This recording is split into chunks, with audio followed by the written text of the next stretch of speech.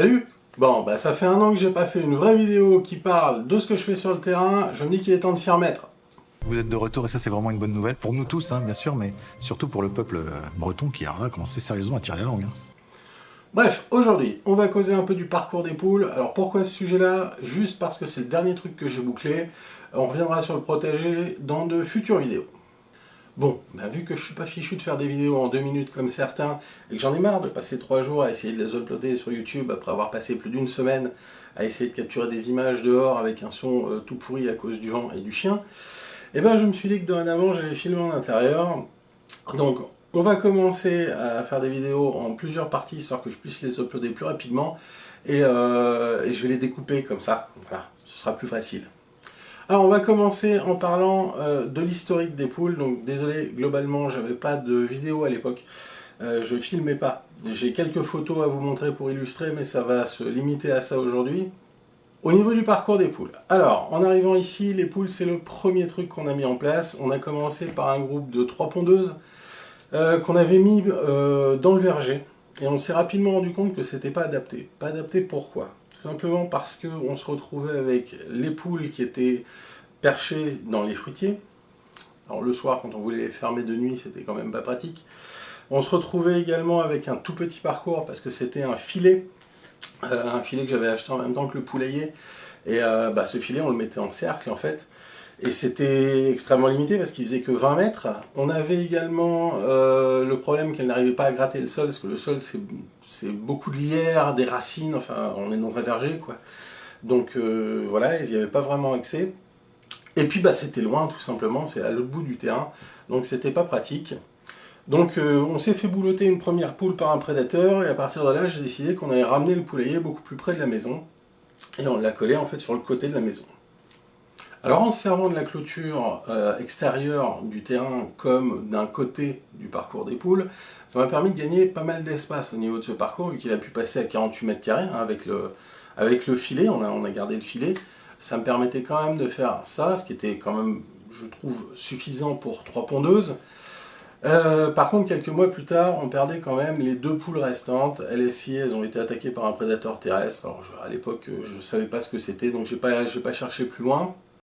On a réintroduit un nouveau groupe de 3 poules juste après, mais moins d'un an plus tard, en février 2020, une fouine a décidé d'en faire son repas hebdomadaire, ce qui fait que chaque mardi du mois de février, j'ai retrouvé une nouvelle poule morte dans le parcours, avec des signes particulièrement visibles et ostentatoires du fait que c'était une fouine. Avec le temps et l'aide du chien, le filet de la clôture, il a fini en lambeaux. Donc au printemps 2020, j'ai bazardé le filet et j'ai décidé que j'allais monter un nouveau parcours, plus grand, sur 80 mètres carrés, avec des poteaux, du grillage, bref, quelque chose de beaucoup plus solide. Et on y a installé un nouveau groupe de 3 poules. Vers l'automne, on a perdu une nouvelle poule. Cette fois, rien ne me montrait que c'était dû à un prédateur. Moi, j'ai longtemps cru qu'elle avait juste filé dans le champ d'à côté en bondissant au-dessus de la clôture extérieure du terrain. Elle est où la poulette? Et puis, début 2021, en me rendant au poulailler, je trouve un tas de plumes et la dernière poule qui était prostrée dans un coin du parcours, qui avait l'air clairement traumatisée par quelque chose qu'elle avait vu. Et quelques jours plus tard, elle aussi, elle disparaîtra exactement de la même manière en ne me laissant qu'un tas de plumes. J'avais beau chercher, ça correspondait à aucun prédateur de la région. Il n'y a pas de passage ou de tunnel, ça peut pas être terrestre, ou alors c'est extrêmement agile comme un chat qui aurait pu passer, mais il aurait laissé des traces, notamment dans la façon de tuer les poules. Donc voilà, évidemment j'ai pensé aux rapaces, mais j'en trouvais aucun dans la région qui était capable d'emporter de grosses poules pondeuses, puis c'était des marances, donc des poules assez costaudes. Mais bon, j'ai quand même décidé le 30 mai 2021 de retenter un nouveau groupe de 4 poules. Et bien évidemment, une semaine plus tard, je découvre que l'une d'elles a disparu pour ne laisser qu'un tas de plumes. Le lendemain matin, en partant au travail, je vois sur un poteau téléphonique juste à côté de la maison un énorme rapace, comme j'en avais jamais vu, qui en plus a sauté du poteau et qui a plané juste à côté de la vitre de ma voiture, histoire de bien me narguer. Et en rentrant le midi, je découvre un nouveau tas de plumes à la place d'une de mes poules. Et le soir, en rentrant à nouveau du boulot, je découvre, encore une fois, que les 2 dernières poules y sont restées. Alors j'en ai passé du temps à chercher quelle rapace ça pouvait être. Je vous gâche le suspense tout de suite, c'est pas compliqué, c'était un autour des palombes.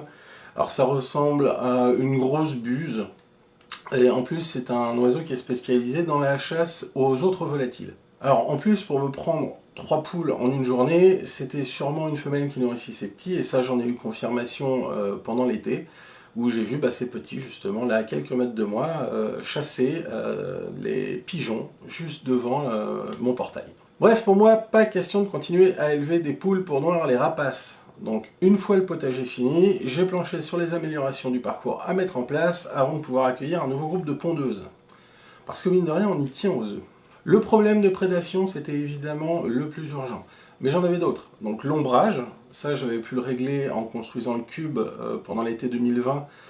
J'ai une vidéo là-dessus, c'était le sauvetage des poules. Je vous invite à aller regarder si vous voulez voir ce que j'ai fabriqué.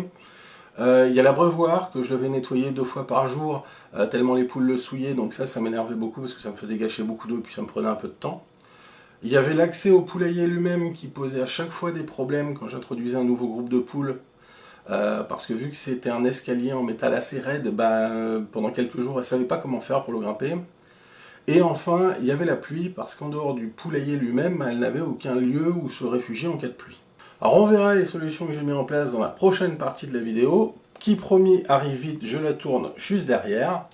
Et en attendant, histoire de finir sur du très bon, mon pote Nico a ouvert sa chaîne. Alors il a un gros projet sur plusieurs hectares, où il va retaper des granges pour en faire son logement, il va installer des chevaux, il va planter des arbres, enfin bref c'est un truc titanesque, et en plus il arrive à trouver le temps de faire plusieurs vidéos par jour, donc allez jeter un œil à ce qu'il fait, c'est vraiment super, le lien est dans la description.